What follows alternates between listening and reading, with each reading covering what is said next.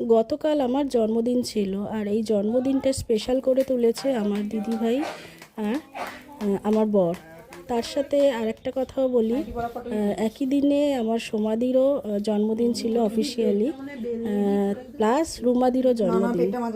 তো এটা একটা দারুণ ব্যাপার, তিন মূর্তির জন্মদিন একই ডেটে। তো তারই একটা ছোট্ট ভিডিও আমি সবার সামনে রাখলাম।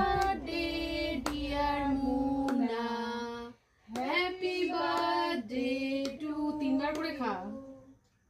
হ্যাপি বার্থডে সোমাদিরা, ভালো থাকো।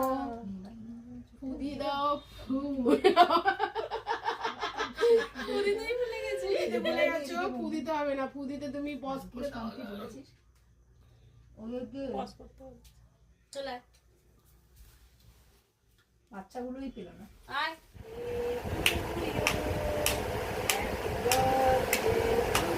ছিল না সপ্তাহে, ছিল সপ্তাহে বারগো রাখতে